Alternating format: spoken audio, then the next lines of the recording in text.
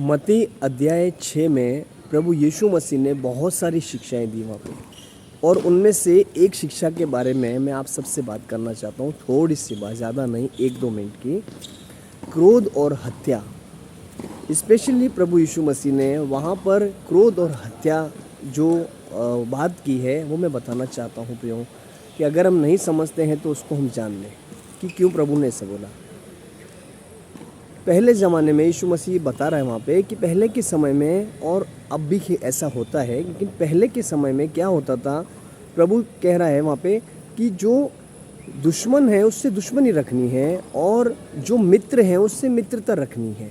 कहने का मतलब, आज के समय में अगर मैं आपको बोलूँ वो बात, अगर प्रभु क्या बोलना चाह रहा था, पहले के समय में जो होता था वो आज के समय में सेम है। जैसे बोलते हैं ईंट का जवाब पत्थर से दो, आज का समय भी वही है प्रियो। लोग ऐसा ही करते हैं, कोई थोड़ा सा कुछ करता है तो उससे बढ़ कर के दूसरा व्यक्ति करना चाहता है, बुराई पे बुराई बढ़ती है।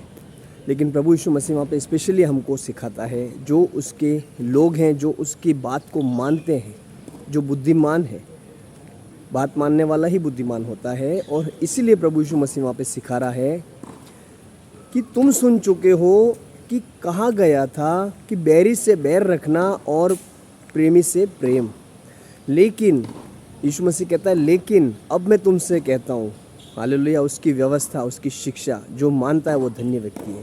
प्रभु वहाँ पे कह रहा है लेकिन तुम अपने बैरी से, अपने दुश्मन से प्रेम करो। हालेलुया, सबसे बेस्ट प्रेम करो। और अगर आप क्रोध करते हैं तो आप हत्या करते हैं।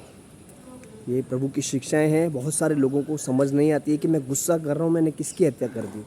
ये क्रोध एक आत्मा की हत्या करता है, ध्यान रखिएगा। अगर आप किसी पे बहुत ज़्यादा क्रोध करते हैं, गुस्सा करते हैं, तो अंदर से वो व्यक्ति पूरा टूट जाता है।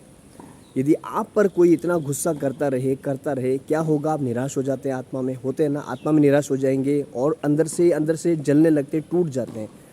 तो ये आत्मा की हत्या है। इसीलिए प्रभु यीशु मसीह ने इस बात को सिखाया प्रियो, कि बैरी से आप प्रेम करो, सताने वालों के लिए प्रार्थना करो। और अगर आपको क्षमा करने में जितना आसान होगा, मैं आपसे कहता हूँ, मेरे एक्सपीरियंस से, मेरा अनुभव है, मैं आपको सिखाना चाहता हूँ प्रियो, प्रभु के अनुग्रह से, कि कितना भी किसी ने कुछ आपके साथ गलत किया हो, लेकिन अगर आप क्षमा करने में आगे हैं, बहुत आसानी से आप क्षमा कर पाते हैं, मैं आपसे कहता हूँ आपके अंदर क्षमा भरी गई है। हालेलुया, प्रभु का प्रेम भरा गया है। क्योंकि यदि कोई व्यक्ति क्षमा करने में संकोच करता है या उससे क्षमा नहीं आती है, आसानी से बहुत सारे लोग क्षमा नहीं कर पाते हैं, तो उनको वो क्षमा अभी तक समझ नहीं आया है। लेकिन आपके अंदर अगर क्षमा भरी गई है, आप आसानी से क्षमा को निकालोगे और माफ़ कर दोगे। माफ़ी दी गई है, आप समझ जाओगे तो आप माफ़ कर पाओगे। तो इस बात को याद ध्यान रखें प्रियो, कि हमें क्षमा करना है, माफ़ करना है, क्योंकि हमें प्रभु से यही मिला है और यही एक्सपेक्ट हम करते हैं, प्रभु से यही उम्मीद करते हैं, क्षमा मिले और क्षमा करो। अगर क्षमा दी गई है जिस व्यक्ति को, वो क्षमा ज़रूर करेगा। हालेलुया। और माफ़ी नहीं दी गई है, वो माफ़ नहीं कर पाएगा। मैं आपको बताता हूँ, ये चिन्ह है, ये साइन है कि अगर आप क्षमा किए गए हो, आप क्षमा कर पाओगे। हालेलुया, प्रभु की महिमा हो। प्रभु आप सबको आशीष दे।